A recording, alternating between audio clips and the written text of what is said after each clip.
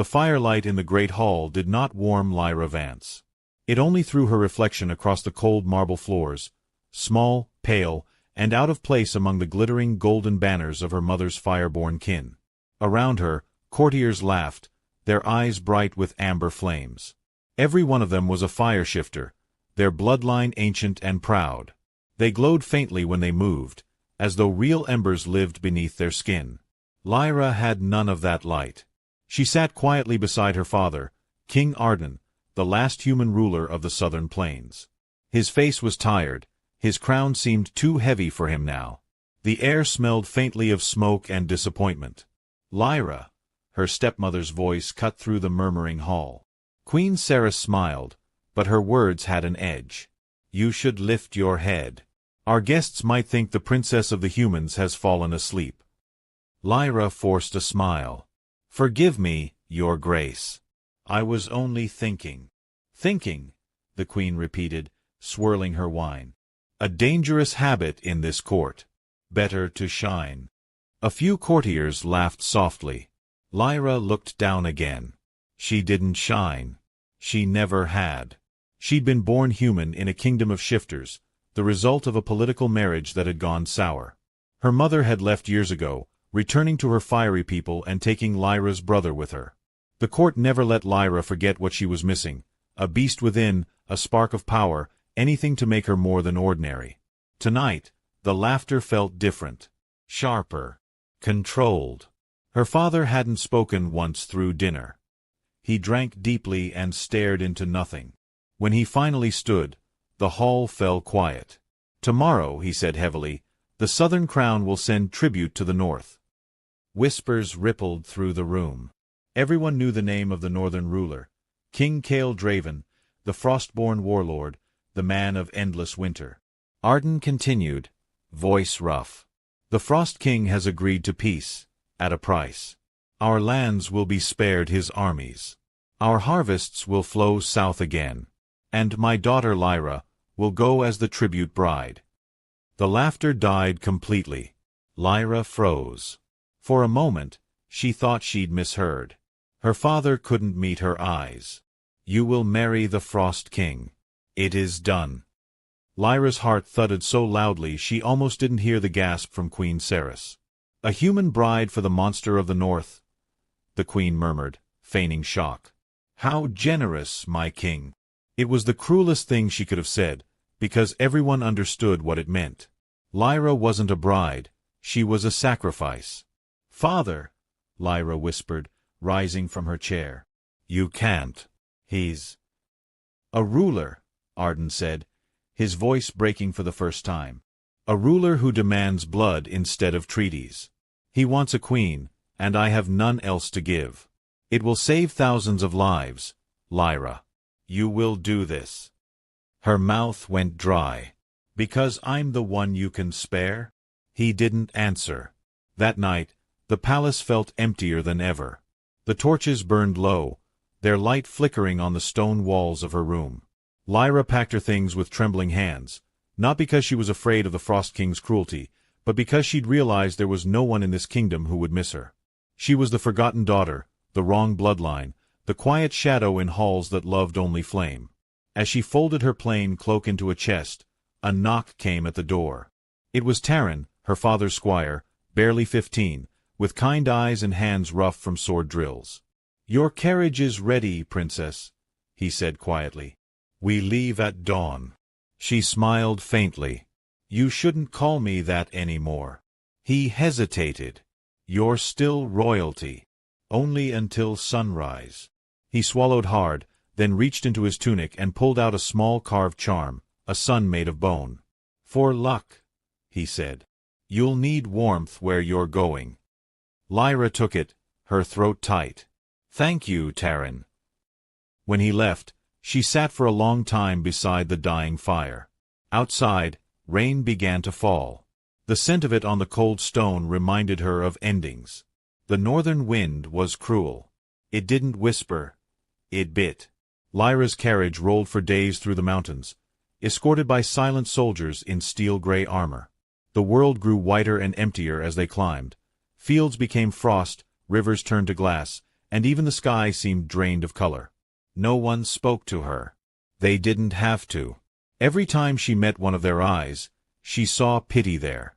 When the carriage finally stopped, Lyra stepped out into a world carved from ice. The fortress of the Frostborn court towered before her. Not a castle of beauty, but a fortress of strength, black stone laced with veins of frozen silver. The walls rose like jagged teeth against the sky. Wolves howled somewhere beyond the gates. A tall man in dark furs waited for her. His hair was iron gray, his eyes sharp and assessing. "I am Commander Run, Beta to King Kale," he said. "Follow me." Lyra gathered her cloak tightly and walked beside him through the gate. The guards watched her like hawks. None bowed. Inside, the air smelled faintly of pine and smoke. The corridors were wide and cold, lit by crystal lamps that glowed a pale blue. Everything here felt alive with restrained danger. "Does your king often take tributes?"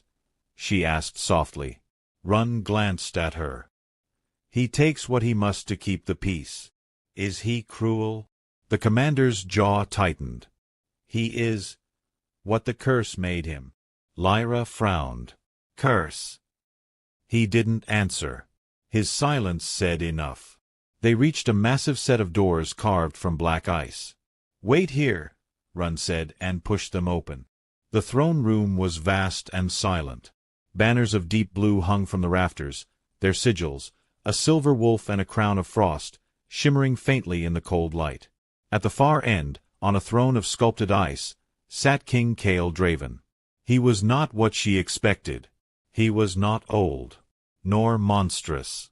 But he was impossible to look away from. Tall and broad-shouldered, his black hair fell like shadow against pale skin marked by faint silver lines that looked almost like cracks. His eyes, gray as a storm, met hers with the weight of command. They were cold, yes, but behind that cold she saw something else. Something trapped. He didn't rise when she curtsied. "So," his voice rolled through the hall, low and rough like distant thunder. "The South sends me a human." Lyra's throat tightened. "They send you peace, your majesty." "Peace." He leaned back, resting one gloved hand on the armrest. "They send me the daughter they could discard. Do they think I cannot smell desperation?" Her cheeks flushed. "I didn't come here by choice. Few offerings do." His gaze flicked over her, cool and appraising. "You are smaller than I expected." Lyra's fingers curled around her skirt. "And you are exactly as they described you, your majesty." A murmur swept through the guards near the walls, soft, startled. Kale's expression didn't change, but his eyes sharpened. "Careful," he said quietly. "The last person who spoke to me that way forgot how to speak at all." "I'll remember that," Lyra said, though her voice shook slightly. A ghost of a smile touched his lips, not kind, not cruel, just curious. Then, as quickly as it came, it was gone. "You are here to serve a purpose," he said. "You will stand by me during the treaty's renewal ceremony tomorrow. After that, you will stay in the East Wing. You will not leave it. You will not question me. And you will not touch me." She blinked. "I didn't plan to." "Good." His tone made it clear the conversation was over. "Commander Run will show you your quarters." As she turned to leave, she heard him add, softly, almost to himself, "Let us see if the stories of the South's compassion survive the winter."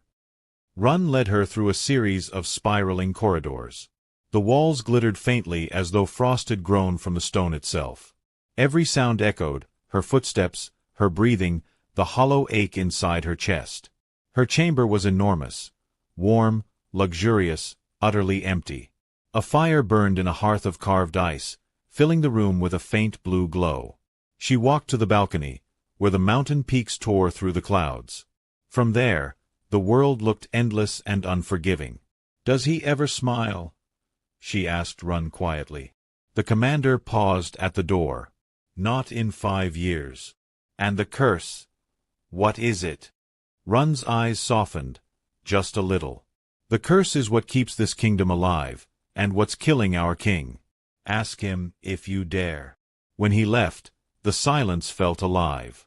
Lyra sank onto the edge of the bed. Her heart was still pounding from their meeting. There had been cruelty in Cale's words, yes, but there had also been something else, a weariness that clung to him like frost. He had looked at her not just as a stranger, but as if he recognized her from a dream he didn't want to remember. Outside, the wind howled. Somewhere deep in the fortress, a roar echoed, low, animal, and filled with pain. It made her shiver. She thought of Run's words, "Not in 5 years." That night, Lyra couldn't sleep. The sound came again, a deep, broken noise that clawed at her chest. She pressed her hands to her ears, but it only grew louder inside her mind. It was not just a sound, it was suffering, raw and burning, as if her heart could feel the pain as her own. She didn't know it then, but that was the first sign. The strange connection between her gift and his curse had already begun to stir. Snow fell in slow spirals over the fortress courtyard the next morning, drifting like feathers through the pale light. The sound of horns echoed across the stone walls, calling the court to witness the renewal of the Northern Treaty. Lyra stood behind a pair of towering doors that led into the main hall, her heart beating hard enough to shake her ribs. Her dress was made of silver-white silk trimmed with fur, chosen by strangers. The fabric gleamed like frost, beautiful but heavy. A hand touched her arm. Commander Run's voice was quiet. "When the doors open, walk straight to the dais. Stop 3 steps from the throne. Don't speak unless he commands you." Lyra nodded. "Is he always this formal?" Run's mouth twitched as though at an old ache. "Formality is safer than anger. Remember that." The doors groaned open. The throne room was full, rows of courtiers, warriors, and lords in dark armor, their breath misting in the cold air. Every gaze turned to her as she walked. She could almost hear their thoughts. Human, fragile, outsider. At the far end, King Cale Draven waited.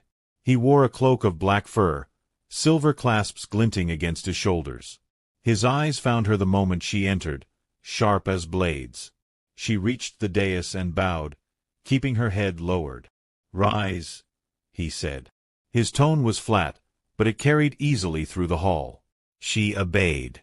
"This union binds North and South," he said to the assembled court.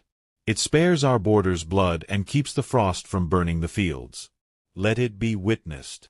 A servant stepped forward carrying a silver circlet.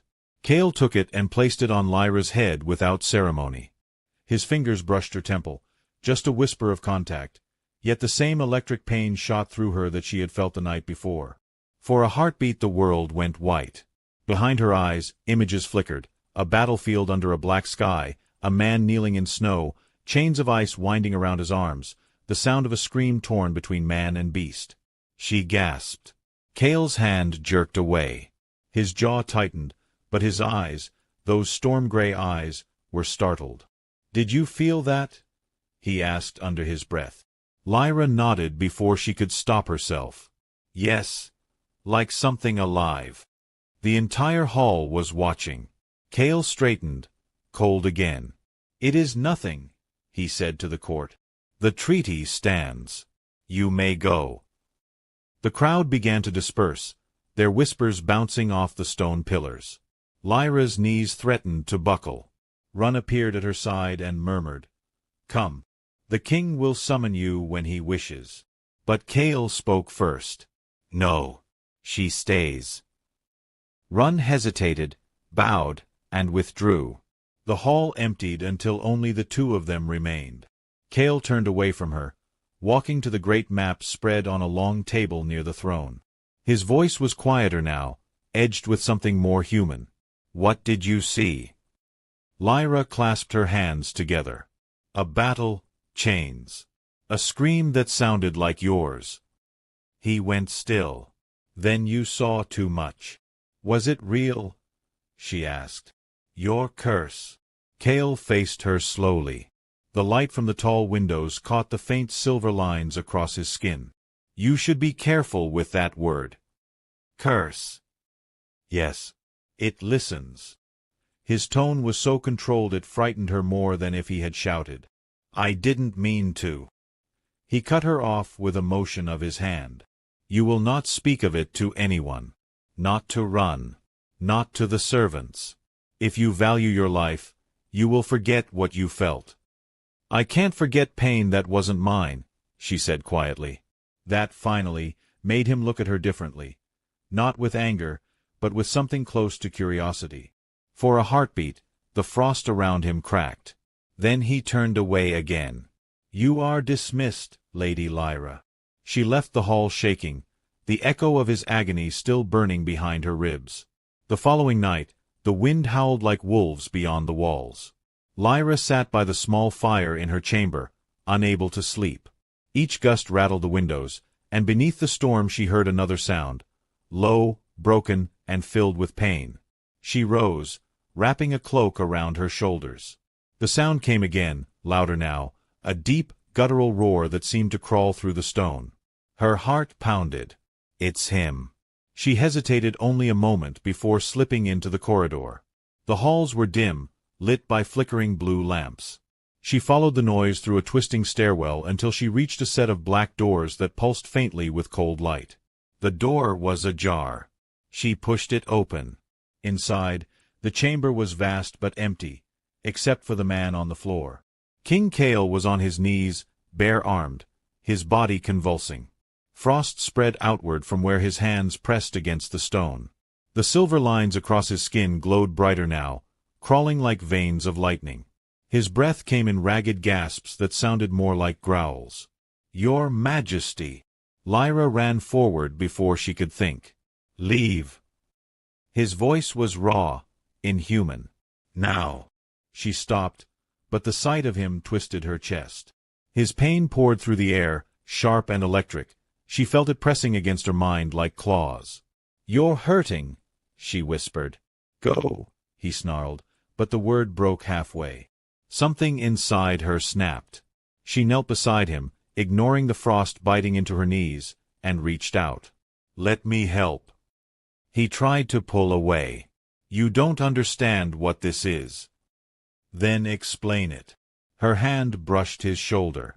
The moment they touched, the world dissolved. A surge of pain and cold thundered through her body. She saw flashes, his memories, his curse, an army of wolves kneeling before him, a witch with eyes like fire saying you will feel every pain you cause, the binding chains of frost wrapping around his heart. She gasped, crying out as the vision hit her. But instead of letting go, she held tighter. Stop, he breathed, voice shaking. You'll freeze. No, her own tears burned her face. You're freezing enough for both of us. Something inside her unfurled, a quiet warmth that had nothing to do with fire. She focused on it, letting it flow through her hands into him, a wave of calm, a whisper of mercy. The silver light under his skin dimmed. The tremors eased.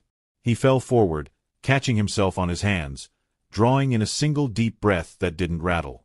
For the first time since she had arrived, the room was silent. Kale lifted his head slowly. His hair clung to his forehead. His eyes were no longer wild but wary. What did you do? Lyra shook her head. I don't know. I just wanted it to stop. He stared at her as though she were something unreal. Then, very carefully, he reached out and touched her wrist. His glove was gone. His skin was ice-cold. You should be dead, he said softly. Maybe you're not as deadly as you think. A ghost of a smile tugged at the corner of his mouth, the first she had ever seen. It made him look younger, almost human. The moment shattered as he stood, pulling away. You must tell no one. If the court learns you can touch the curse, they will call you witch or spy. They will kill you before dawn. Then keep my secret, she said. He hesitated. You trust easily. I trust what I felt, she said simply. You're not just a monster, Kale. He flinched at the sound of his name, as if unused to hearing it spoken without fear. Go back to your chamber, Lyra. Before I change my mind. She rose, but at the door she paused and looked back. The firelight caught the faint cracks of silver still tracing his skin. If it hurts again, she said, you can call for me. He didn't answer. But as she left, she thought she heard the faintest whisper, almost drowned by the wind. I already did. The next morning, the fortress felt different. The air no longer burned with tension. Servants moved quietly, and the wolves patrolling the walls seemed calmer. Lyra wandered to the courtyard where the snow had gathered thickly overnight. The world glittered under the weak sun, 1,000 mirrors reflecting cold light. Run found her there. "The king asks that you keep to your rooms tonight," he said carefully. "Because of what happened." Run's brow furrowed. "What did happen?" Lyra forced a small smile. "Nothing worth writing home about." He didn't press further, though his eyes lingered on her longer than usual, as if he sensed something had changed. When evening came, Lyra sat by the fire again, turning the bone charm Taryn had given her between her fingers. She thought about Cale kneeling in the frost, about the way his eyes had softened when the pain lifted. He was not the monster people described. He was a man trapped inside his own torment, and for reasons she didn't understand, her touch could reach him. Outside, the wolves howled under the rising moon. She listened, heart steady for the first time since leaving home. Somewhere in the depths of the fortress, she knew he was listening too. Neither of them slept. The days that followed were quiet. Too quiet. Lyra's rooms were comfortable, even grand, but they were a cage all the same. Guards stood at the ends of the corridor. Servants came and went without speaking. Her meals arrived on silver trays, always warm, always tasteless. At first, she tried to fill the silence with small things, sketching the mountains from her window, braiding and unbraiding her hair, reading old books left on the shelves. But every hour her thoughts circled back to the same place, that night. The memory of King Cale on his knees, his skin lit with veins of silver frost, haunted her. So did the feeling that had passed between them when she touched him. It hadn't been just pity or courage. It had felt like something pulling her, as if part of his pain belonged to her now.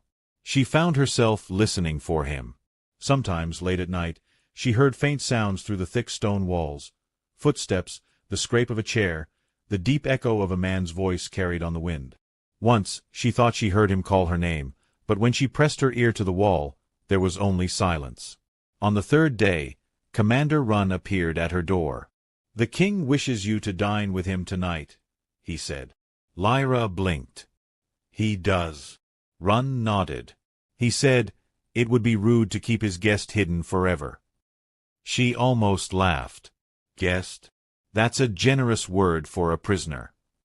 His mouth twitched. "Careful with that honesty, my lady. It might be why he asked for you." When evening came, 2 maids helped her dress in a gown of deep blue velvet. It was heavier than she was used to, the sleeves stitched with silver thread in the shape of frost patterns. Her hair was left loose, falling in waves down her back. The maids said nothing, but one of them looked at her with something like sympathy. It made Lyra's stomach tighten. When she entered the dining hall, Cale was already there. He stood by the long table, staring into the fire as though trying to remember what warmth felt like. He looked different tonight, less like a king carved from stone, more like a man worn thin by too many nights without sleep. The silver lines on his skin were faint again, but they caught the light whenever he moved. "You came," he said without turning. "You summoned me," Lyra replied, trying to sound braver than she felt. He glanced over his shoulder. "Not everyone obeys when I summon them. Maybe they have more sense." That earned her the smallest curve of his lips. "Sit." The table was set for 2, though there was food enough for 20. Venison roasted with herbs, dark bread, a bowl of northern berries that glittered like rubies. Lyra sat opposite him, the fire between them throwing amber light across the table. Neither spoke at first. She cut a small piece of meat, mostly to keep her hands busy. He ate nothing. Finally, she said, "If you didn't call me here to eat, then why?" He rested his elbows on the table. "I wanted to see if the calm you brought that night was real or a trick of my mind." "You still feel it?" "I feel everything," he said quietly. "Every heartbeat, every wound. The curse ensures I never forget what pain is." She met his gaze. "And what did you do to deserve it?" His eyes flicked to the fire. For a long time, he didn't answer. "I won the wrong war," he said at last. A witch's son died by my blade. She gave me victory and punishment in the same breath. Lyra felt a chill that had nothing to do with the cold. And no one can break it? He shook his head. Many have tried. All failed. The magic feeds on what I am. I rule with fear, so it grows. I suffer, and it grows again. So you just live with it? I endure, he said. It is not the same thing. The fire popped. Lyra studied him, noticing the way his hands trembled slightly when he lifted his cup. He wasn't exaggerating. The curse was in him every moment. I'm sorry, she said softly. No one deserves that. He looked at her, searching her face. You pity me? I understand you, she said. A little. His jaw tightened as if he wanted to argue but couldn't find the words. When the meal ended, he stood. You will stay in the East Wing, as before. But you may walk the gardens in daylight. If anyone stops you, tell them I ordered it. Lyra rose too. Why the change of heart? Because, he said, turning away, I'm tired of hearing ghosts through the walls. She didn't know if he meant her or himself. The gardens were a frozen wonderland. Crystals of ice clung to the branches, and a silver mist curled over the paths. Wolves prowled silently beyond the fences, their eyes glinting in the moonlight. As Lyra walked the next day, she realized the cold no longer bit as sharply. She could almost feel the pulse of the place, the steady rhythm of a kingdom balanced between beauty and danger. When she reached the fountain at the garden's heart, she found someone waiting. It was Run. He bowed. The king asked me to see that you don't wander too far. The mountains aren't kind to strangers. She smiled faintly. You think I'll run? I think you're curious. That's often worse. They walked in silence for a while. Finally, Lyra asked, Why do you stay? With a king like him. Run's expression didn't change. Because he saved us before he was cursed. We owe him everything.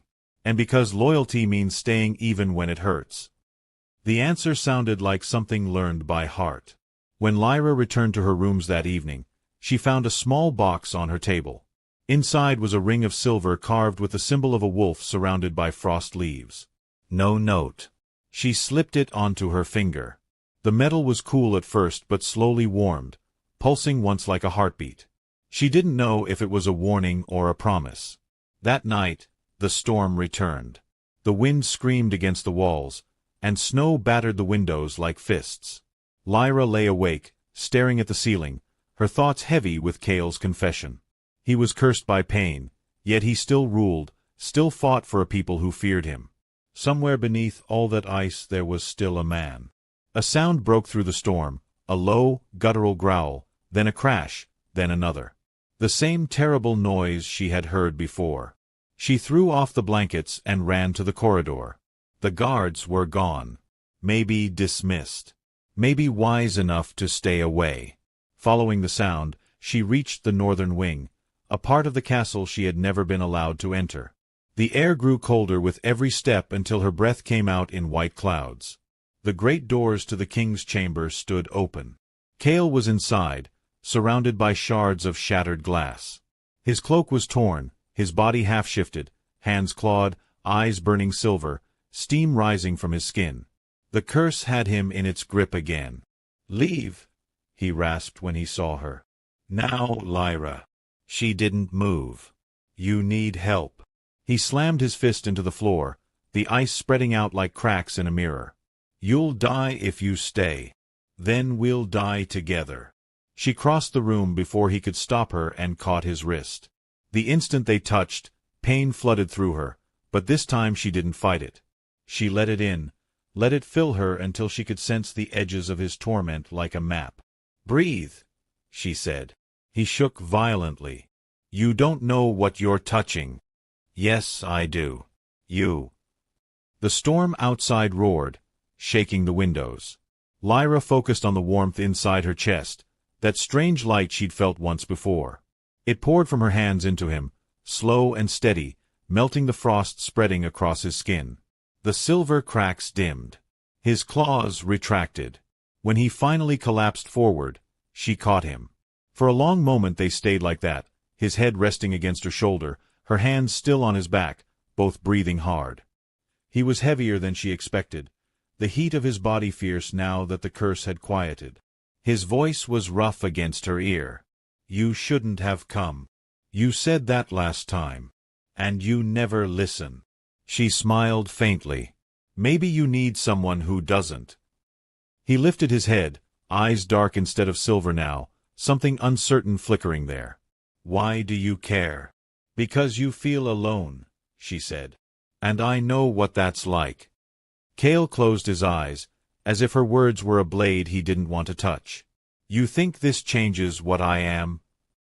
"I think it reminds you," she said, "that you're still human enough to hurt."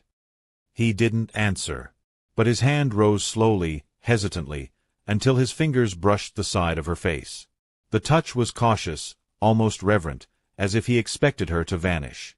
"You're warm," he whispered. "Then maybe I can keep you from freezing." Something inside him cracked then. Not the curse, not yet, but the wall he'd built around himself. The moment stretched, fragile and dangerous. Then he stepped back. "Go, Lyra. Please." She hesitated. "Will you call me if it happens again?" He turned toward the window, his silhouette framed by the snow outside. "If I call, you'll hear it." She left, heart pounding. In her chamber, she sank to the floor, shaking from exhaustion.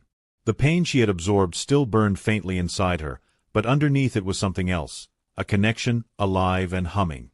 She looked down at her hand. The silver ring Cale had given her glowed softly, answering the rhythm of her pulse. Outside, the storm quieted. Somewhere in the fortress, a wolf howled, a deep, mournful sound that faded into the night. Lyra closed her eyes. For the first time since she'd come north, she wasn't afraid. Snow still clung to the world outside, heavy and silent, as if the mountains themselves were listening. Days passed since that storm. Lyra saw little of the king in daylight. When she caught a glimpse of him crossing the courtyard or speaking with his generals, he was once more the distant ruler, hard-eyed, precise, every inch the frost king the world feared. But at night, everything changed. It began without words. Some unseen rhythm bound them. She would wake suddenly, heart pounding, and find Run waiting at her door. He never explained. He didn't need to. She'd follow him through the quiet corridors to the king's chambers. Inside, Cale would already be on the floor, the curse twisting beneath his skin like lightning. She'd kneel beside him, press her hands to his back, and let her calm spill into him until the tremors stilled. Each time, it took longer for her to recover afterward. The pain she borrowed from him lingered, but she hid it. They never spoke during those nights. Only when the silence grew thick with unspoken things did she dare whisper, "Better," and he would nod, never looking directly at her, as if afraid to see what she'd done for him. Weeks passed like that, nights of quiet rescue, days of distance. But secrets, like winter storms, never stay buried. One morning, as she walked through the colonnade that overlooked the courtyard, Lyra noticed a group of courtiers gathered below. Their voices were low, but the wind carried their words up to her. "The king's new human visits him in the dark hours. A southern enchantress, surely. That's how she's tamed the curse." She froze, pulse quickening. When she turned, Run was standing behind her. "You've heard the whispers then." Lyra tried to keep her voice steady. "They'll die out." He didn't answer right away. In this place, rumors don't die. They feed.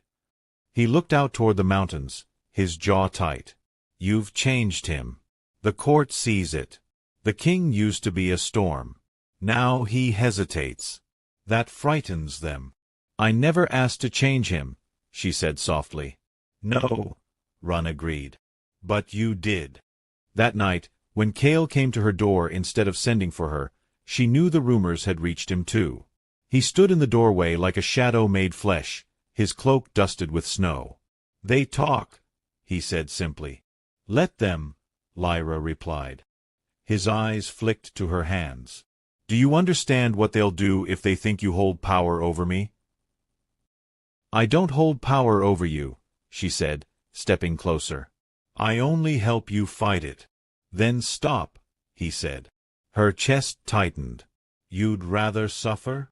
I'd rather you lived. She stared up at him. His face was calm, but his voice carried something almost desperate. I can't stop, she said finally.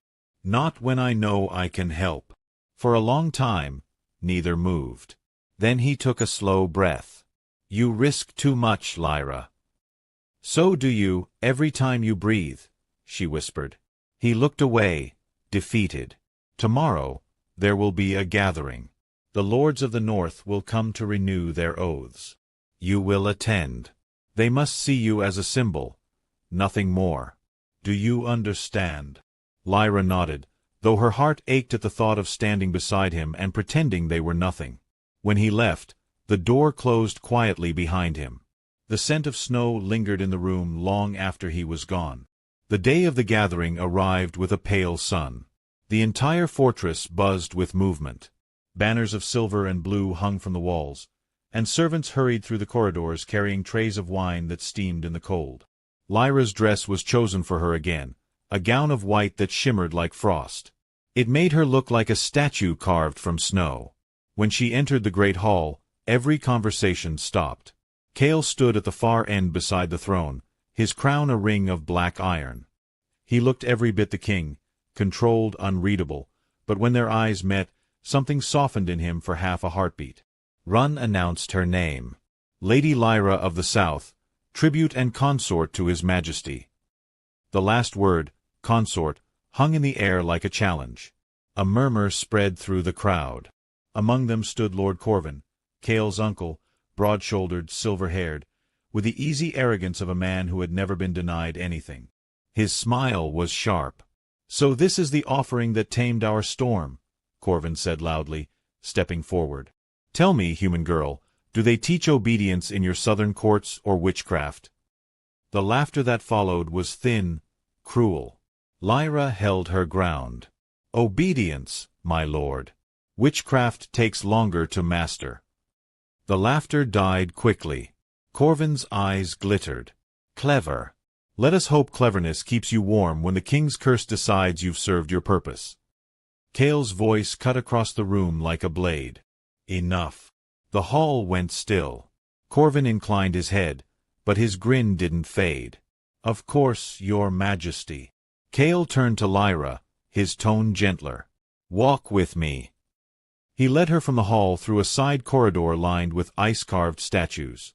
Their reflections glimmered in the frozen walls, ghostly and pale. When they were alone, he said, You shouldn't answer men like Corvin. He enjoys seeing you bleed. I won't let him. He's dangerous. So are you, she said. He stopped, half turning toward her. You should fear that. I don't. Then you're a fool. Maybe, she said, meeting his gaze, but I'm the fool who stays when you're in pain. He exhaled, a sound between a sigh and a laugh. You think that makes you brave? It makes me here. Something unreadable passed across his face. You should have stayed home, Lyra. Maybe fate didn't give me that choice, she said quietly. They reached a balcony overlooking the northern valley. The wind was sharp, slicing through the thin air. Snow drifted from the mountains like ash. Before the curse, Cale said after a long silence, I thought power meant control, that if I ruled hard enough, the world would obey. And now... He looked down at his hands. Now I know control is an illusion. Pain rules everything. Not everything, she said. He glanced at her, eyes gray and storm-lit. Then what does? Choice, she said. You choose what to do with the pain. He studied her for a long time. Then he said, softly, You sound like someone who believes I can still be saved. I do. You shouldn't. Then prove me wrong. Cale turned away, resting his hands on the icy railing. The wind pulled at his cloak, and for a moment she thought he might tell her more. But he only said, Go inside. It's too cold. When she hesitated, he added, Please. The word startled her. He had never said please before. That night, the whispers grew worse. As Lyra passed the servants' quarters, she caught fragments of conversation. They say she touches him. She walks from his room unharmed.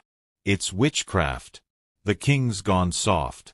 She hurried away, but the words followed her like shadows.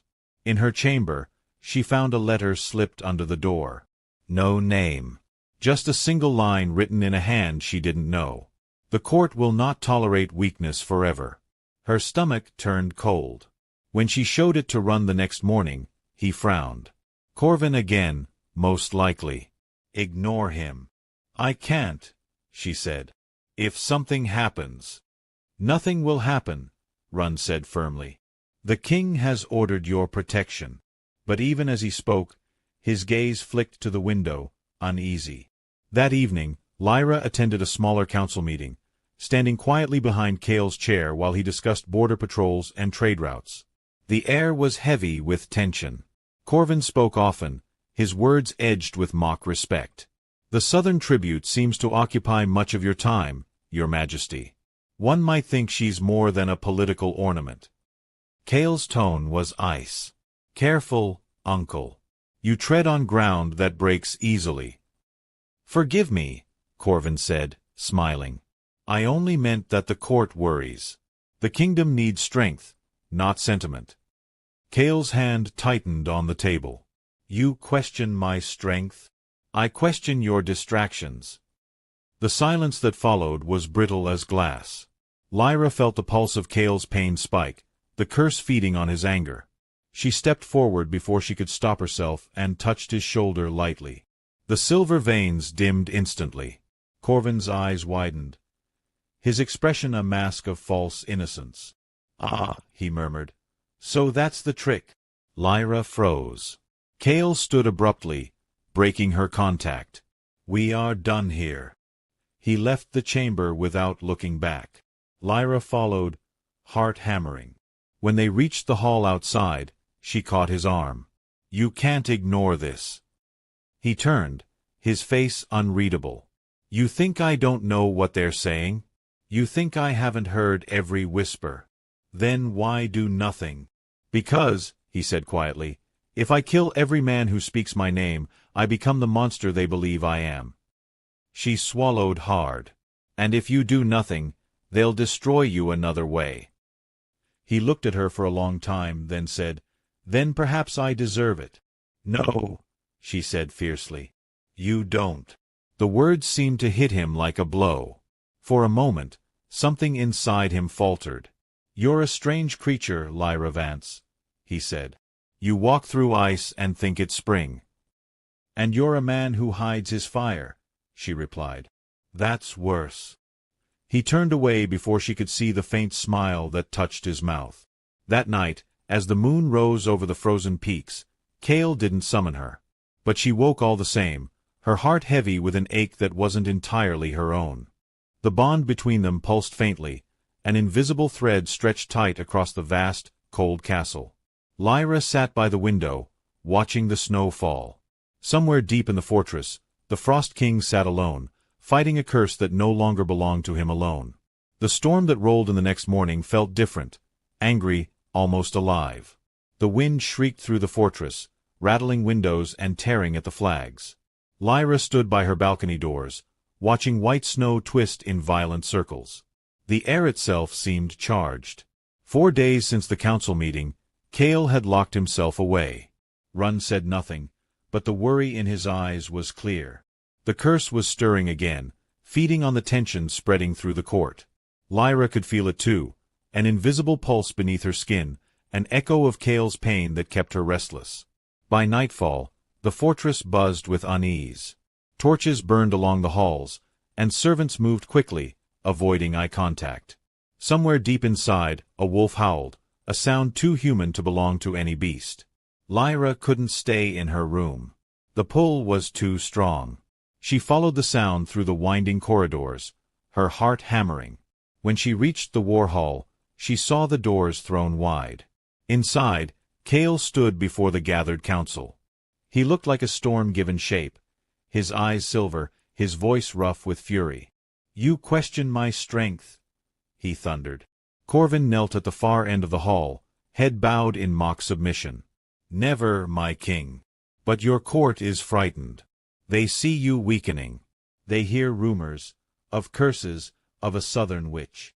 The room murmured. Lyra froze at the doorway. Cale's power rippled through the air, thick and dangerous. Frost spread across the floor with every breath he took. The silver cracks on his skin burned bright, glowing like molten light trapped under ice. "Rumors," Cale said softly, and the quiet was worse than his shout. "Do you know what happens to those who spread them?" He raised his hand. Frost leapt from his palm, a surge of magic that slammed into the stone pillar beside Corvin. It shattered into 1,000 shards. The guards backed away. Lyra stepped forward without thinking. "Cale." He turned toward her, and for an instant she saw no recognition in his eyes. Only raw power, wild and unchained. "Stay back," Run hissed, appearing beside her. But she ignored him. She crossed the hall, her footsteps echoing on the ice. "Enough," she said. Cale's breath came in ragged bursts. "He insulted you. He insulted us. And killing him fixes that?" The silver veins pulsed brighter. The curse was feeding off his anger. Lyra felt it clawing at her chest, trying to reach her too. "Cale," she said again, softer now. "Look at me." His gaze snapped to hers. "Breathe," she whispered. "You're stronger than this." He staggered, his knees hitting the floor. The frost crawling up the walls stopped. His eyes dimmed from silver to gray. The court stared in stunned silence. Lyra reached him and laid a hand on his arm. The moment she touched him, the burning light beneath his skin faded. It was over. Cale's breathing slowed. He rose, looking around the hall at the silent faces. "Leave us." The courtiers fled. Only Run, Lyra, and Corvin remained. Cale's gaze cut to his uncle. "You wanted to see my strength. Consider yourself fortunate to still draw a breath." Corvin bowed deeply, hiding the hatred in his eyes. "Of course, your majesty." When he was gone, Cale turned to Lyra. "You shouldn't have done that." "You were losing control," she said. "I had to. I could have hurt you. But you didn't." He stared at her, his expression unreadable. "They'll see what happened here. They'll talk again." "Let them," she said. "I don't care what they say." "You should," he said quietly. "Because now they know, whatever this bond is between us, it's real." He walked past her, the ice cracking beneath his boots. She watched him go, the ache in her chest spreading. Run approached, his voice low. "You risked much." "He would have destroyed himself," she said. Run's gaze softened. "And you would have followed him into the fire." "I see that now." Lyra looked toward the doors where Cale had vanished. "Then maybe it's time someone did." The castle was restless after the outburst. Word of what happened in the hall spread like wildfire. Some said the human girl had bewitched the king. Others whispered that she had stolen his curse for herself. Lyra ignored them. She felt only the distance between her and Cale, a silence heavier than snow. For 3 days he didn't appear. She caught glimpses of Run, of guards moving urgently, but no one spoke of the king's state. The air around the fortress grew colder, as if the curse were leaking through the very walls. On the 4th night, she woke to a sound. A voice, hoarse, barely human, calling her name. She threw on her cloak and ran through the corridors. The voice came again, faint but desperate. "Lyra." She pushed open the heavy doors to his chamber. Cale was there, half collapsed against the wall, his eyes glowing silver in the dim firelight. The curse was raging again, worse than before. Frost spread from his hands, covering the floor in jagged shards. He looked at her like a drowning man seeing the surface. "I told you not to come," he rasped. "You called me." His laugh was hollow. "I didn't mean to." "Then stop trying to send me away," she said, crossing the room. She knelt beside him, pressing her hands to his chest. The moment she did, pain surged through her body, his pain raw and endless. But she didn't pull back. "Let it through me," she whispered. "Share it." He tried to push her away. "You can't take this, Lyra." "Maybe not all of it," she said, her voice shaking. "But I can hold some." The storm outside roared. Her warmth spread into him, and for a moment the frost melted. He gasped, his eyes clearing. "How do you do that?" he asked, breathless. "I don't know. Maybe because I care." He stared at her, disbelief and something deeper warring in his gaze. "No one should care for me. Then I'll be the first." His composure cracked. He reached out, his hand trembling as he touched her face. His thumb brushed her cheek, leaving a trail of cold that felt almost tender. "I don't understand you," he whispered. "You walk into fire and think you can tame it." "I don't want to tame you," she said. "I just don't want you to burn alone." For a long heartbeat, the world was silent except for the wind. Then Cale lowered his forehead to hers, his voice barely audible. "You make it stop. No one ever has." "Then let me stay," she said. He drew back, searching her face. "If I do, there's no going back. The bond between us, it's growing. I can feel it. The curse can too.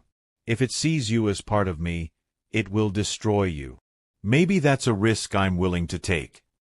Cale shook his head, torn between fear and longing. "You're not meant for this place, Lyra." "Then tell me to go," she challenged. He opened his mouth but couldn't. The words died in his throat.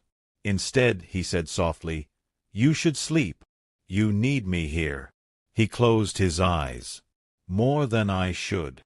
She stayed beside him until dawn, her hand resting lightly against his arm. Each time the curse flared, she pushed it back with her calm. By morning, the storm outside had quieted, and Cale finally slept. Lyra watched him, the lines of tension softened, the silver fading from his skin. In sleep, he looked peaceful, almost young. She brushed a strand of hair from his forehead and whispered, "You're not lost, Cale Draven. You just forgot the way back." When the sun rose, its light caught the frost on the windows, scattering it like stars. Run found her hours later, still sitting by the bed. "You stayed all night," he said quietly. She nodded. He needed someone to keep the darkness from winning. Run studied her for a moment, then said, "The darkness will not like losing." Lyra looked down at Cale. "Then it will have to fight me for him." That evening, Cale joined her in the courtyard for the first time since the council incident. The snow had softened into a gentle fall. "You shouldn't be out here," she said. "And yet here you are," he replied. They stood in silence for a while, the only sound the soft hiss of falling snow. Finally, Cale said, "You've changed this place." She looked at him, surprised. "How?" "The air feels lighter. The wolves don't snarl at shadows anymore. Even the wind sounds different." "Maybe that's because you're listening again," she said. He smiled faintly. "Or maybe it's you." He reached out, tracing a gloved finger along her sleeve. "The court sees a curse when they look at me. You see something else." "I see a man trying to fight it," she said. He shook his head. "You make me wish that mattered." "It does," she said, stepping closer. "You matter." For a heartbeat, the world held its breath. Then Cale whispered, "Be careful with words like that, Lyra. I might start to believe them." The air between them shimmered, unspoken, dangerous, alive. When he turned to leave, she caught his hand. "Cale." He looked back. "You can fight the curse. You just need someone to remind you you're not alone." He studied her, something like gratitude and fear passing through his eyes. "Then remind me again tomorrow." He walked away, but the bond between them hummed like a thread of light, stronger than before. Lyra watched him disappear into the snow and whispered to the wind, "Tomorrow, then." The frost was sharp that morning, cutting through the mist like glass. Lyra could feel the tension before she even left her room. The corridors were lined with guards, more than usual. Their armor gleamed, but their eyes were dark, watching everyone and everything. Something had changed overnight.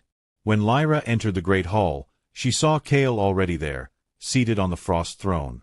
His expression was unreadable, his crown casting long shadows across his face. Around him stood his council, Run, several lords, and at the center of them all, Lord Corvin. The air felt thick, charged with unease. Cale's voice carried clearly through the room. There was an attempt on the border guard post last night. Poisoned arrows. My men dead before dawn. He rose slowly, each step echoing through the hall. This is not an outside attack. The poison used, Frostbane, can only be made here, in my own lands. A murmur spread through the court. Corvin inclined his head. A tragedy, my king. But perhaps it's a sign. A curse left unchecked can turn even loyal hearts against the throne. Cale's eyes flashed silver for a moment before dimming again. Careful, uncle. Lyra felt a whisper of power stir around him, the same restless energy that always preceded the curse's flare. She stepped forward, her hand hovering near his arm. A warning, silent and gentle. He noticed and steadied himself with visible effort. Run broke the silence. We will find who used the Frostbane. No one acts against the king and lives. Cale nodded once, sitting again. See that you do. And see that no one leaves the fortress until they are found. As the council dispersed, Corvin's gaze found Lyra. He smiled faintly, like a man watching a candle burn lower. It must be exhausting, he said, keeping our king from tearing his own heart apart. Lyra met his eyes, refusing to look away. Better that than living without one. He chuckled. Ah, you truly believe you've tamed him. I wonder, girl, when his curse finally devours him, will you still stand so close? She turned to leave, but his next words froze her steps. Poison can do what pity cannot. When she glanced back, he was already walking away. That evening, the castle was restless. Servants whispered of a spy, of betrayal, of soldiers vanishing beyond the gates. Lyra tried to stay calm, but something in her chest ached, a faint echo of Cale's pain she could feel even from afar. She found Run near the training yard, speaking with 2 guards. Tell me the truth, she said quietly. There was another attack, wasn't there? Run hesitated. A scout. Found dead near the eastern pass. Frostbane again.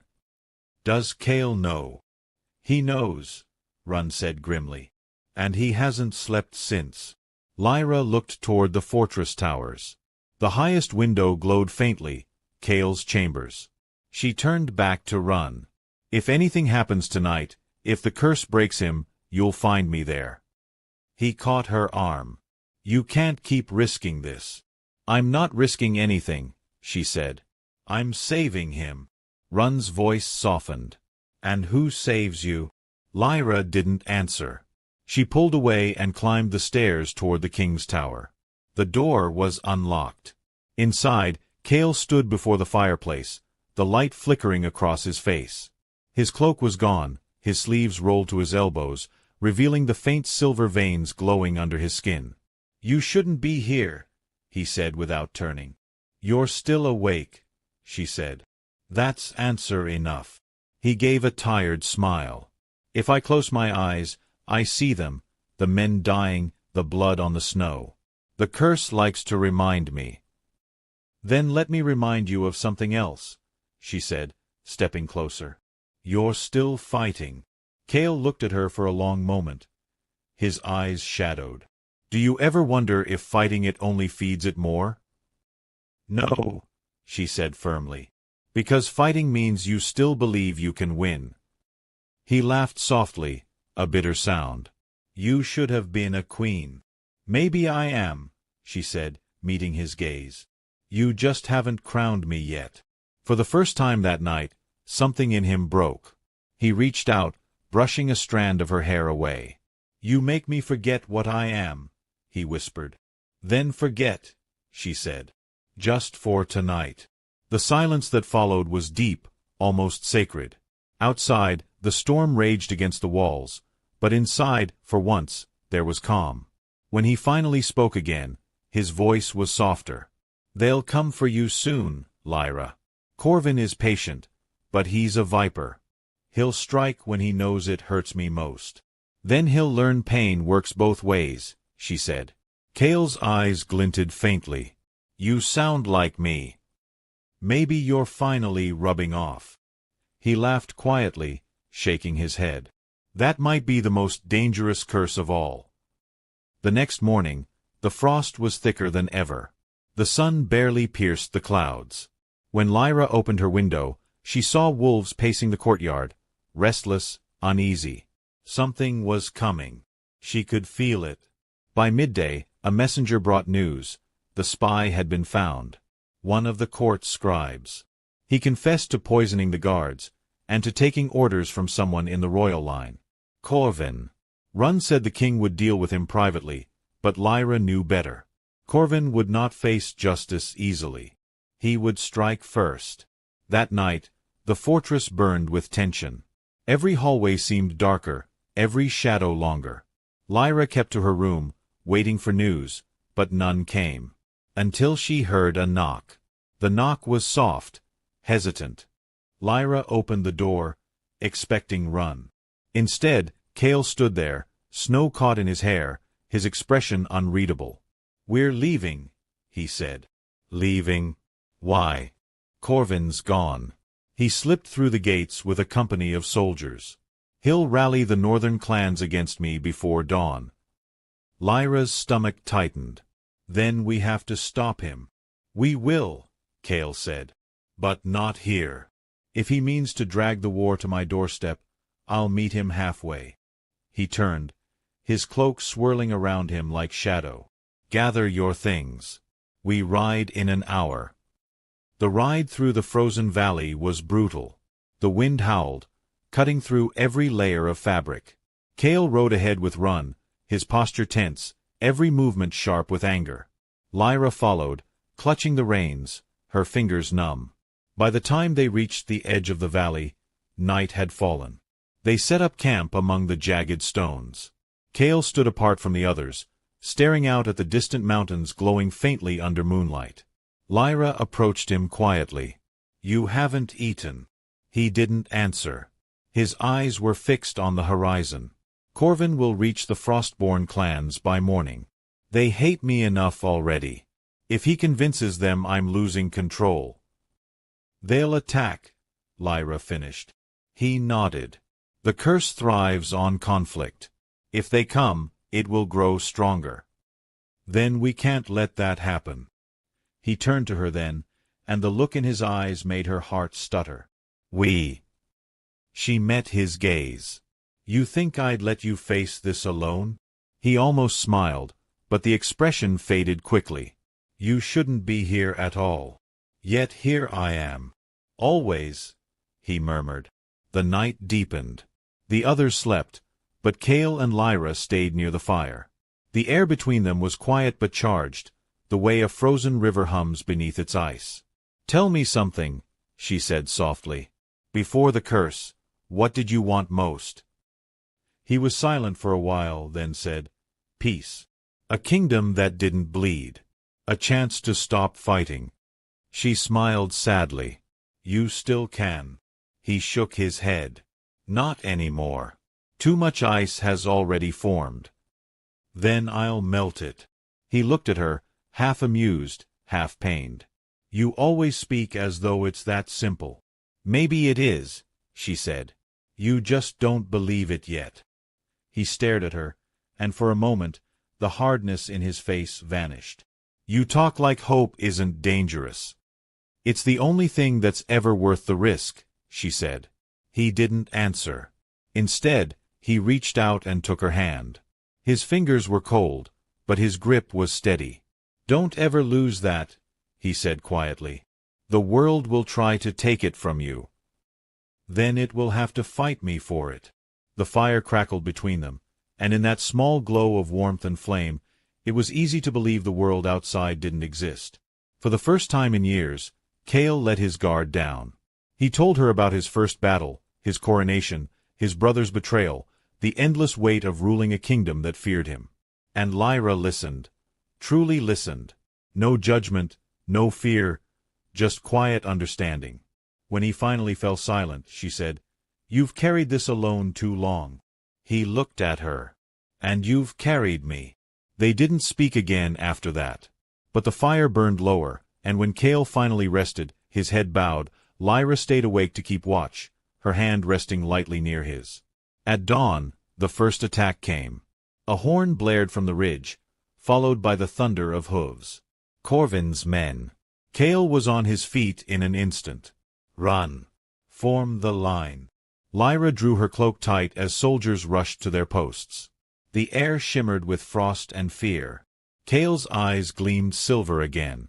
The curse was stirring, eager for blood. She stepped in front of him. "Don't let it win." He gritted his teeth. "If I don't fight, we die." "Then fight your way," she said. "Not the curses." Something in her voice anchored him.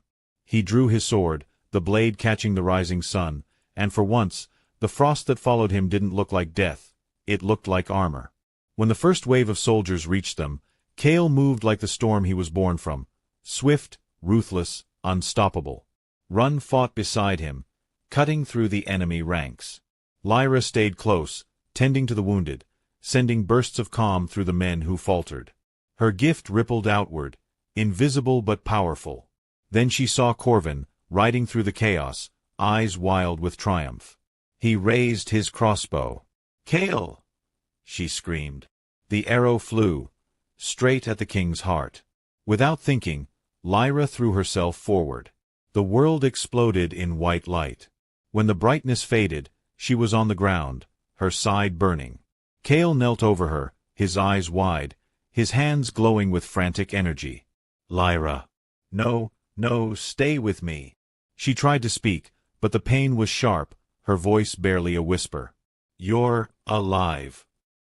He looked up, fury and anguish twisting his features. The frost around them crackled and burst, surging outward like a storm. Corvin's men fell back, terrified. Cale rose, his voice a roar. "You took everything from me." The curse answered him. Silver light tore through his skin, spilling across the snow. For a heartbeat, he was both man and monster. But then Lyra's hand found his. Her voice, faint but steady, reached him. "Cale, choose." The light faltered. The storm slowed. He looked at her, the only person who had ever touched the darkness inside him without fear, and something inside him broke. Cale fell to his knees beside her, gathering her in his arms. "Don't leave me," he whispered. "I won't," she breathed. "Not yet." Her hand pressed against his chest, over his heart. The frost that had covered the ground began to melt. And as the sun broke through the clouds, the battlefield fell silent. The world was a blur of white and red. Lyra drifted in and out of consciousness, her body shivering uncontrollably. The pain in her side pulsed with every heartbeat. Somewhere beyond the haze, she heard Cale shouting orders, his voice raw with desperation. "Get the healer. Now." Hands lifted her, carrying her toward the tents beyond the battlefield. The air was thick with the smell of frost and blood. Cale knelt beside her, his face pale, eyes wild. "Stay with me," he said, pressing his hand over the wound. "Do you hear me, Lyra?" She tried to speak, but the words wouldn't come. The poison burned like ice spreading through her veins. Run appeared with the healer, a woman in dark robes, her hair braided with silver threads. She examined the wound quickly, then looked up, grim. "Frostbane," she said. "It's already deep in her blood." Cale's voice was sharp. "Then fix it." The healer shook her head. "No one survives Frostbane, my king. It was made from the same magic that—" "Don't say it." Cale's tone cracked like thunder. The healer lowered her eyes. Lyra's fingers found his hand, weak and trembling. "Cale," she whispered, her lips barely moving. "It's all right." He shook his head fiercely. "No. No, it isn't." You can't fight poison with anger, she murmured. You'll only feed it. His grip tightened around hers. You're not leaving me. I won't allow it. But she could already feel the cold creeping deeper, the world fading at the edges. They moved her to the healer's tent, but Cale refused to leave her side. He sat through the night, holding her hand, his face hollow. Outside, the wind howled and snow drifted against the canvas walls like restless ghosts. When dawn came, Lyra's fever worsened. Her skin burned, yet her breath came in white mist. The Frostbane was turning her own life into a weapon against her. Run entered quietly, his expression grim. The men are ready to march. Corvin's forces are retreating. We've won, for now. Cale didn't look up. Leave me. My king. I said leave. Run hesitated, then bowed and stepped out. When they were alone, Cale leaned closer, his voice raw. You shouldn't have done that. You shouldn't have taken that arrow. Lyra's eyes fluttered open. I'd do it again. Don't, he said sharply. Don't say that. Why? Because you care. He flinched as if struck. You think I don't? I think you hide it too well, she whispered. Cale bowed his head, his breath shuddering. Every moment you're in pain, I feel it. Do you know what that means? The curse, it's tied to you now. It's feeding on both of us. Then we fight it together, she said. His hand trembled as he brushed her hair back. You don't understand. If you die, I'll lose what little control I have left. Then don't lose it, she said faintly. Live for both of us. The words hit him like a blade. For a long time, he couldn't speak. Then quietly he said, No. If you fall, I fall too. He bent over her hand, pressing his forehead to her fingers. I will not let you go. By nightfall, her breathing had grown shallow. The healer returned once more, shaking her head. The poison is stronger than any spell. Only the one who bears its curse might counter it. Cale's gaze snapped to her. What did you say? The Frostbane was forged from your curse, my king. It carries your magic, your pain. Only your blood can stop it, but the risk. I don't care, he said, standing. The healer bowed her head. Then you must attempt the forbidden shift. It may kill you both. Cale turned back to Lyra. Her skin was pale as snow, her lips faintly blue. I'll take that chance. He drew a dagger from his belt and sliced his palm open. Frost spilled from the wound, shimmering like liquid silver. He pressed his bleeding hand to her chest. The air in the tent grew thick, charged with power. Cale, she whispered weakly.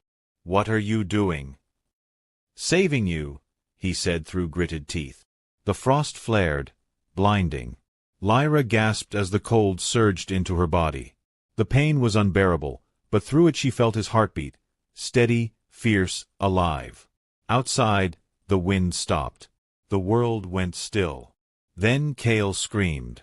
The sound ripped through the night, raw, inhuman, endless. Lyra tried to move, but her body was frozen in light.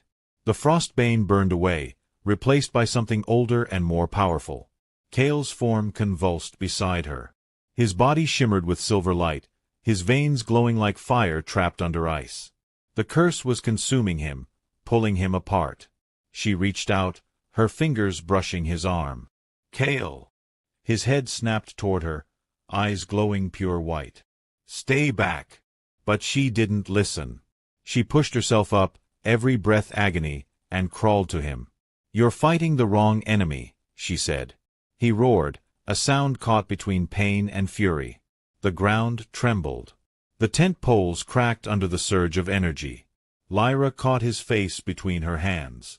Look at me. For a moment, his gaze flickered, man and beast, king and curse.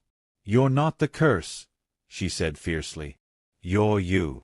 The light around them shifted, turning from silver to blue, softer, calmer. She felt it through her palms, the wild energy that had tormented him for years, thrashing, desperate to break free. And beneath it all, the man she had come to know, stubborn, proud, broken, human. "Let me in," she whispered. He shook his head violently. "You'll die." "Then we die together," she said. The air split with light. For one terrible instant, she saw everything, his memories, his pain, the moment of his curse. The witch's face, burning with rage. The words she had spoken, "Every pain you cause will be your own." Lyra gasped, tears freezing on her cheeks. "That's not who you are," she whispered. "You're not the monster she made you." Cale's body stilled. The light in his eyes dimmed, just slightly. "Then what am I?" "Mine," she said softly. A sound escaped him, not a growl, not a cry, but something between. The light burst outward in a shock wave that knocked the tent flat. Snow billowed around them, glowing faintly under the moonlight. When the world settled, Cale was kneeling in the snow, his body trembling. Lyra lay beside him, breathless but alive. The frostbane was gone. The wound had healed, leaving only a faint scar. Cale stared at his hands in disbelief. The silver lines that had once marked him were fading. "What have you done?" "I told you," she said weakly. "We fight it together." He looked at her, wonder and fear mingling in his eyes. "I could feel you inside the curse. You took part of it." She smiled faintly. "Then it won't be lonely anymore." He reached for her, pulling her into his arms. For the first time since the curse began, the cold that surrounded him was gone. His body was warm, alive. "You could have died," he whispered. "So could you." They sat there in silence, snow falling softly around them. The camp was still. The soldiers kept their distance, afraid to break whatever fragile miracle had taken place. Run approached cautiously. "My king," he said. "The battle is won." Corvin fled into the mountains. Cale didn't look up. His arms were still around Lyra. "Then let him run." Run hesitated. The men, they saw what happened. They think. "Let them think what they will," Cale said. His tone was calm but final. "Tell them the curse is broken." Run nodded slowly, then turned and left. Lyra leaned her head against Cale's shoulder. "It isn't truly gone, is it?" He shook his head. "No. But it's quieter now. Like a beast that's finally resting." She smiled, closing her eyes. "Then maybe you can rest too." He looked at her, his expression softening. "When I thought I was dying, I saw you standing in the snow. You weren't afraid. You reached for me. And you reached back," she said. He laughed quietly. "I didn't have a choice." "Good," she whispered. "Don't start now." The moonlight bathed them in silver. Around them, the frost melted into streams of water that glimmered like glass. Cale glanced at the horizon where the first light of dawn crept over the peaks. "A new day," he murmured. "Does it feel different?" she asked. "Yes," he said. "For the first time, it feels like mine." He lifted her chin gently. "You did that." She smiled faintly. "We did." Later that morning, Cale addressed his soldiers. They knelt in the snow, silent, waiting. He stood tall again, though his crown was gone and his cloak torn. The marks of the curse had faded from his face. "The frost that haunted our land is not gone," he said, his voice steady. "But it no longer owns me. We will rebuild. We will be more than fear and steel." The soldiers bowed, murmuring their oaths. When it was done, Cale turned to Lyra. "You should rest. So should you." "I can't," he said quietly. "Not yet. Corvin will try again. He won't stop until the kingdom burns." "Then we'll stop him," she said. "Together." He smiled faintly. "You never stop saying that." "Because it's true." Cale reached for her hand. "Then let's finish this." The warmth between them was stronger now, steady as a heartbeat. Above them, the poisoned moon sank beyond the mountains, and the first rays of sunlight spilled across the snow. The frost no longer bit as sharply. The wind no longer howled. And for the first time in years, King Cale Draven smiled, a real smile, one that reached his eyes. He looked at Lyra and said quietly, "You've given me back my soul." She squeezed his hand. "Keep it safe, then." "I will," he promised, "until the frost itself forgets my name." The snow fell silent that night, blanketing the world in white as if trying to erase the blood and fire that had stained it. Lyra slept fitfully in the healer's tent, her body weak but her spirit burning brighter than ever. Each time she closed her eyes, she saw flashes of the battle. Cale's roar, Corvin's face twisted in hate, the burst of frostfire that had nearly consumed them both. When she awoke, the world was quiet. Too quiet. Cale was gone. Run sat near the entrance, sharpening his blade, eyes shadowed with exhaustion. "Where is he?" Lyra asked immediately. Run hesitated. "He went after Corvin. Alone." Lyra's blood ran cold. "How long ago?" "Before dawn. He said he didn't want to risk anyone else." She pushed herself up, ignoring the pain that lanced through her side. "You let him go?" "You can't stop a king," Run said grimly. "Especially one who thinks he's already damned." Lyra pulled on her cloak. "Then I'll follow him." "You'll die if you do." "Then at least I'll die trying," she said. "He's not facing this alone." Run looked at her for a long moment, then handed her a dagger. "You'll need this more than I will." The mountains loomed dark ahead, jagged and cruel. Lyra followed Cale's trail through the snow, guided by the faint shimmer of frost that clung to the ground wherever he'd passed. The bond between them pulsed faintly, a thread of warmth pulling her onward. She could feel his emotions, rage, guilt, pain, all tangled into one storm. By midday, she found him. He stood on a frozen ridge, his sword drawn, facing Corvin across the snow. The older man was wounded but defiant, blood on his face, frost creeping up his arm. "You can't kill me, nephew," Corvin sneered. "The curse bound you to mercy. It's your weakness." Cale's voice was low, almost gentle. "It was. Not anymore." Corvin laughed, but the sound was hollow. "You think the witch's magic has left you? Look around you, boy. Every breath you take still freezes the world." Cale raised his sword. "Then let it freeze you first." Lyra stepped out from the trees. "Cale, stop." He turned, startled. "You shouldn't be here." "Neither should you," she said. Corvin saw his chance. He lunged. Cale moved to block the strike, but Corvin's blade caught his shoulder. Blood spilled across the snow. Lyra cried out. Without thinking, she reached out with her gift, feeling the pain that tore through Cale, channeling it into herself. The world blurred as she gasped. Cale's eyes widened. "Lyra, no." But she was already glowing faintly, her body surrounded by a soft light. "It's my turn," she whispered. The bond between them flared to life, brighter and stronger than ever. She could feel the curse itself, the ancient writhing force that had lived inside him for years. It was hungry, terrified, angry. And it knew her now. The air crackled with energy. Frost spread across the ground, racing toward her feet. The curse surged, trying to reclaim its hold on Cale, but Lyra stepped between them. "I'm not afraid of you," she said, voice trembling but steady. The wind roared. Her hair whipped around her face. Corvin stumbled back, eyes wide. "What are you doing?" "Finishing what you started," she said. "You wanted to see the power that frightens kings? Look at it." She reached out and caught Cale's hand.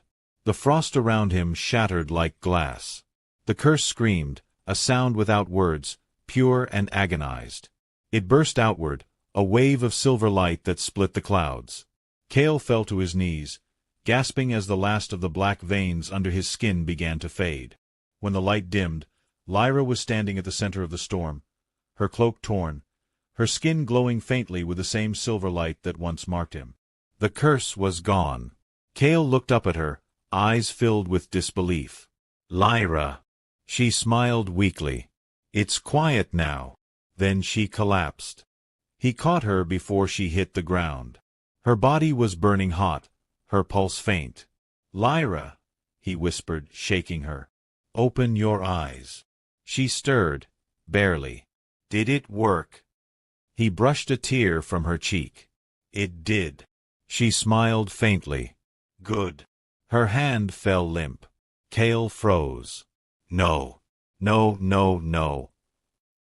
He pressed his forehead to hers, his voice breaking. "You can't leave me.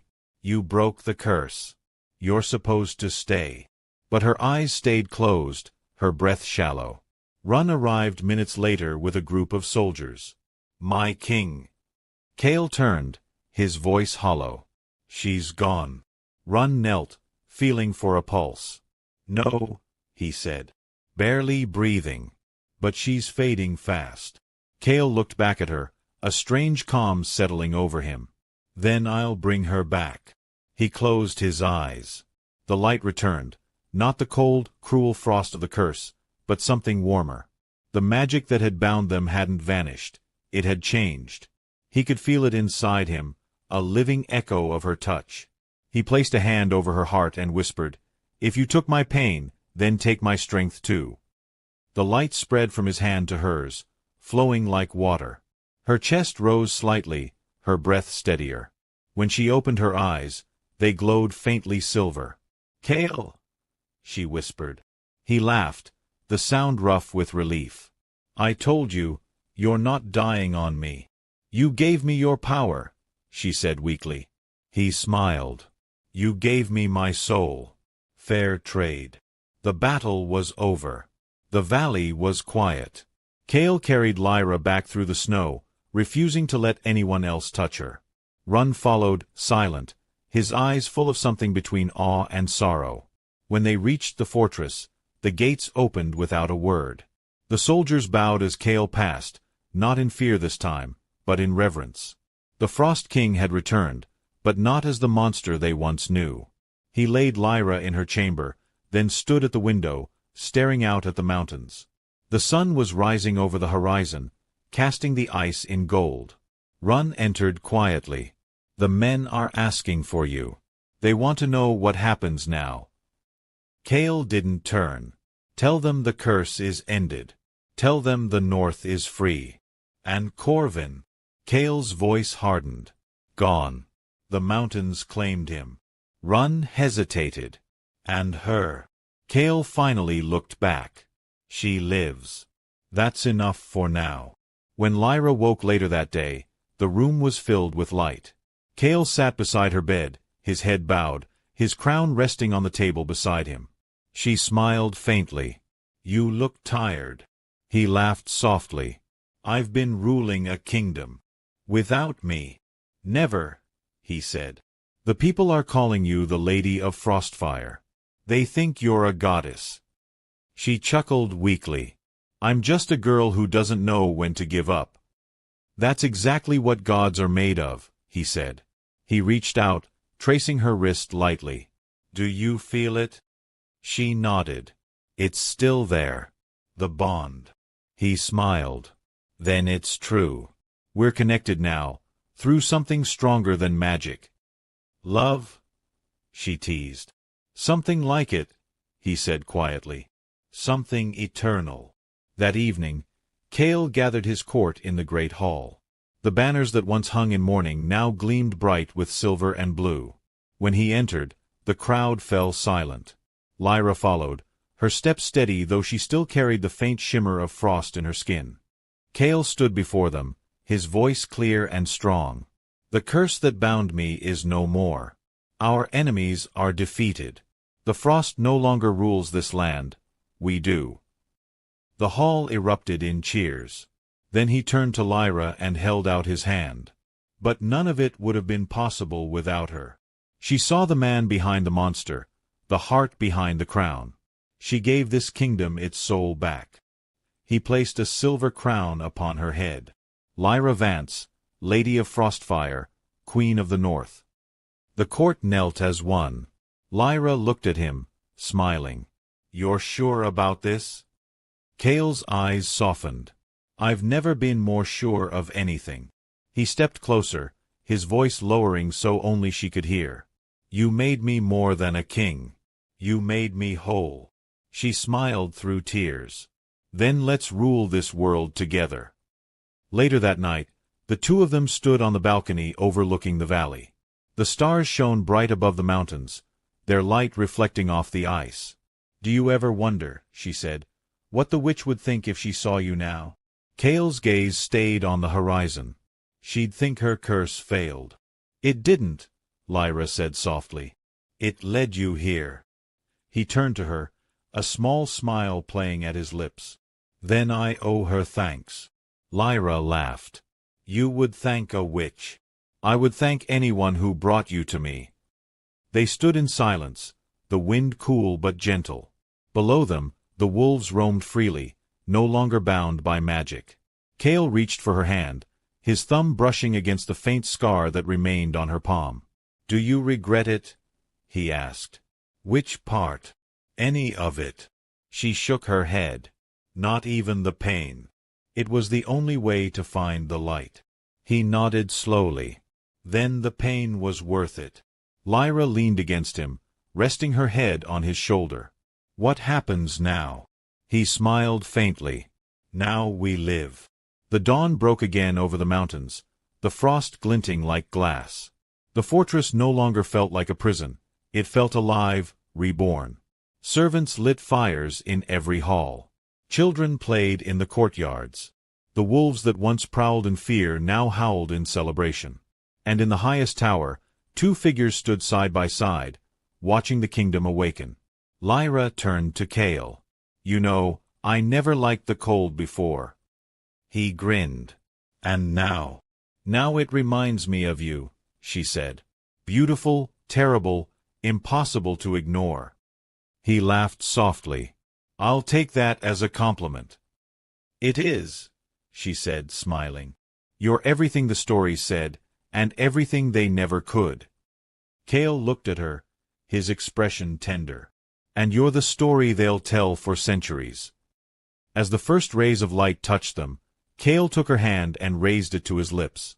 The frost tried to break me, he said quietly, but you taught me how to bend instead. And what are kings without lessons?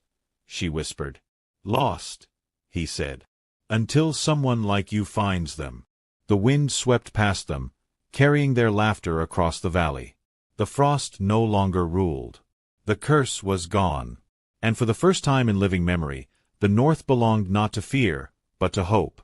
The wind over the northern plains was soft that morning, whispering through the mountain passes as though the land itself had exhaled at last. The fortress no longer wore its crown of frost. Where snow had once piled in cold defiance, green shoots now pushed through the melt. Lyra stood on the balcony of the great hall, gazing down at the awakening valley.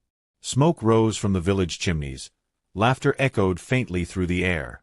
A world once bound by fear now breathed freely. Behind her, the doors opened quietly.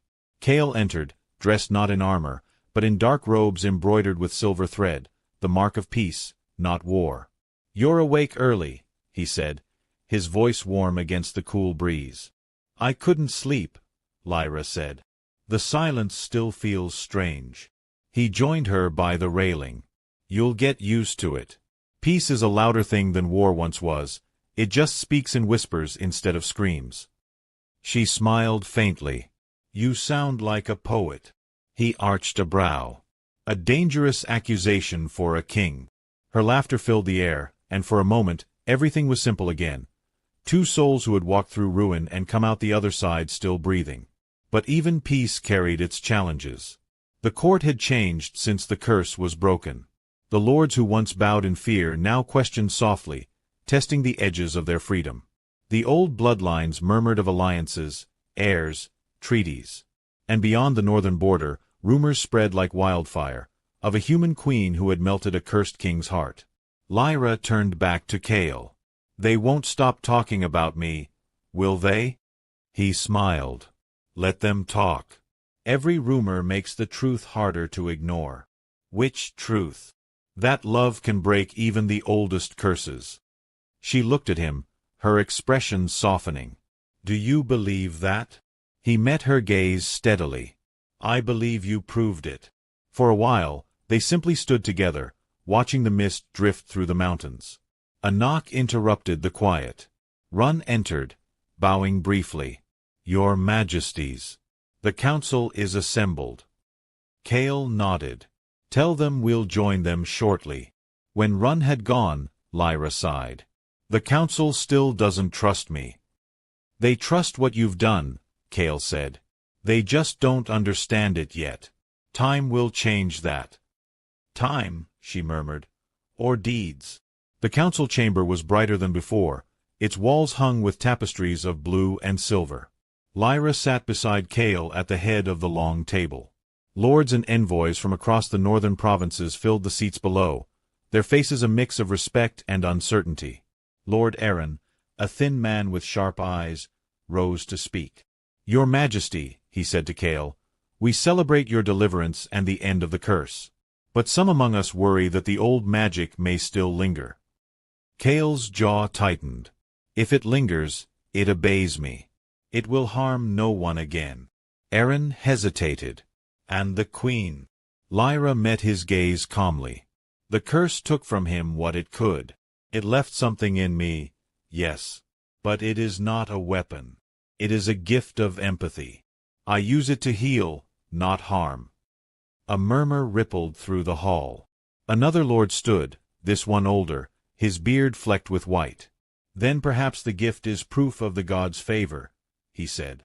And a sign of new times. Kale inclined his head. It is both. Our world is changing. The cold has begun to thaw because we chose to change with it. The older lord bowed. Then may we never turn back to frost. The meeting ended on that note, the council leaving in quiet thought. As the doors closed, Kale turned to Lyra. You handled them well. I only told the truth, she said. They can accept it or not. He smiled faintly. You've grown into your crown faster than I did. She reached over, brushing his hand with hers. You had to fight monsters. I only had to convince men. Men can be worse, he said dryly. Her laughter broke the tension, soft and easy. That evening, the fortress held its first festival in years. The courtyards glowed with lanterns. Musicians played along the walls, and bonfires lit the night sky. People danced in the open square, unafraid for the first time in memory. Lyra moved through the crowd, her gown shimmering with tiny beads of frost that caught the firelight. Children ran past her laughing, their cheeks pink with cold. Kale watched her from the steps of the great hall. When she reached him, he offered his hand. Dance with me, he said. You're a king, she teased. You shouldn't dance. Then let me be a man, just for a song. She smiled and took his hand. The music slowed.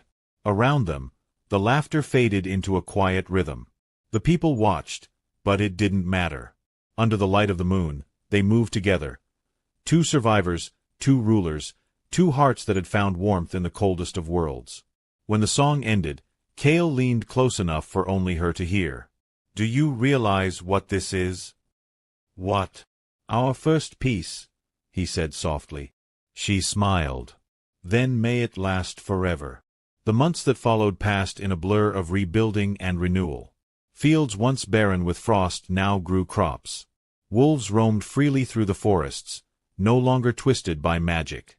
Trade routes reopened, carrying news of prosperity and hope. And everywhere, people spoke of the Frost King and his empath queen, how together they had undone a curse older than memory. But for Lyra, the greatest change was quieter. Each night, she would walk the castle halls, pausing by the great frost-glass window that overlooked the valley. Sometimes she still felt the faint hum of power inside her, the echo of the magic that had once bound Kale. It was no longer pain. It was life. A year later, the fortress awoke to the sound of bells. Lyra stood on the balcony again, the air fresh and bright, the sky pale blue. Below, the valley teemed with people celebrating the anniversary of the kingdom's rebirth. But she could not join them just yet. Her hands rested on the cradle beside her, carved from pale wood and lined with soft fur. Inside, the child slept, small, peaceful, with dark hair and a faint shimmer of frost around her eyelashes. Cale entered quietly, his crown set aside. "Still watching her?" "Always," Lyra said with a smile. "She looks like you when she's angry." He chuckled. "Then the world should be afraid." Lyra turned, her expression softening. "She has your eyes, though. That gray, like a storm about to pass." Cale touched the baby's tiny hand, marveling as her fingers curled around his. "I never thought I'd see this day," he said. "Neither did I," Lyra admitted. "But maybe that's why it feels so real." He looked up at her. "What will we call her?" Lyra hesitated. Then, softly, "Ira." Cale smiled. "Fitting. It means snow, doesn't it?" "And fire," she said. "For both sides of her blood." He nodded.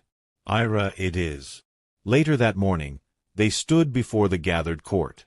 The great hall was filled with light and music, the walls draped with flowers that had bloomed despite the cold. Cale held the child in his arms as the people bowed. "Behold," he said, his voice echoing through the chamber, "Ira of the North, daughter of frost and flame, born of peace, heir to the new dawn." A cheer rose, loud and joyous. Lyra watched, her heart swelling with pride. She glanced at Run, who stood nearby, his usual sternness softened by a rare smile. "She'll need good people around her," Lyra said. "She already has them," Run replied. "And better parents than this land could ever hope for." That evening, when the celebration ended, Cale and Lyra stood once more on the balcony as the sun sank behind the peaks. Below them, the torches of the village flickered like stars fallen to earth. Cale held Lyra close, his voice quiet. "Do you ever miss the fire of the old days?" She shook her head. "No. The fire we have now doesn't burn. It warms." He smiled.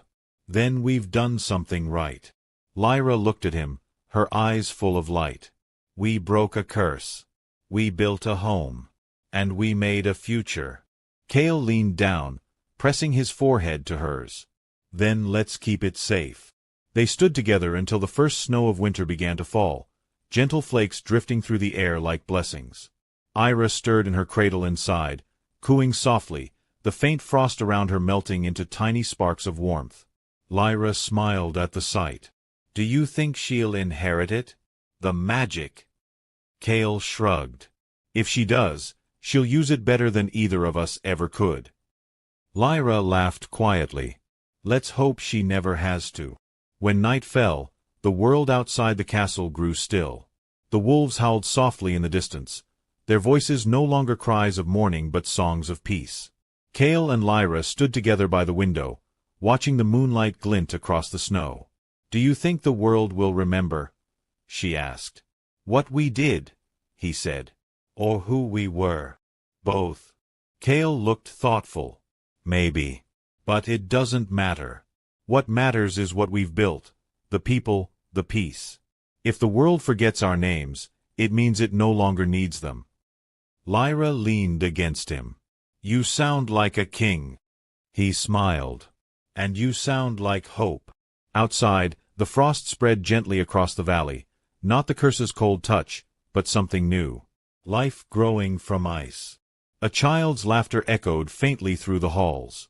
And far above, the northern lights unfurled across the sky, green and gold, like a crown placed upon the world itself. Cale wrapped an arm around Lyra's shoulders, drawing her close. "Whatever comes," he said softly, "we'll face it together." "Always," she whispered. The wind rose again, carrying their promise across the mountains and through the quiet kingdom that had once been cursed, now reborn in light. The frost still gleamed, but it was no longer a prison. It was a reflection of love that had survived everything.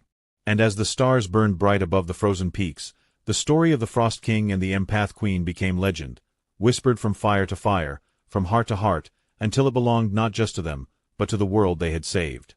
And so, the tale of the Frost King and the Empath Queen comes to an end. Or perhaps, it's only the beginning. If this story stirred something inside you, a spark, a chill, or a whisper that you want more, then don't let it fade into the snow.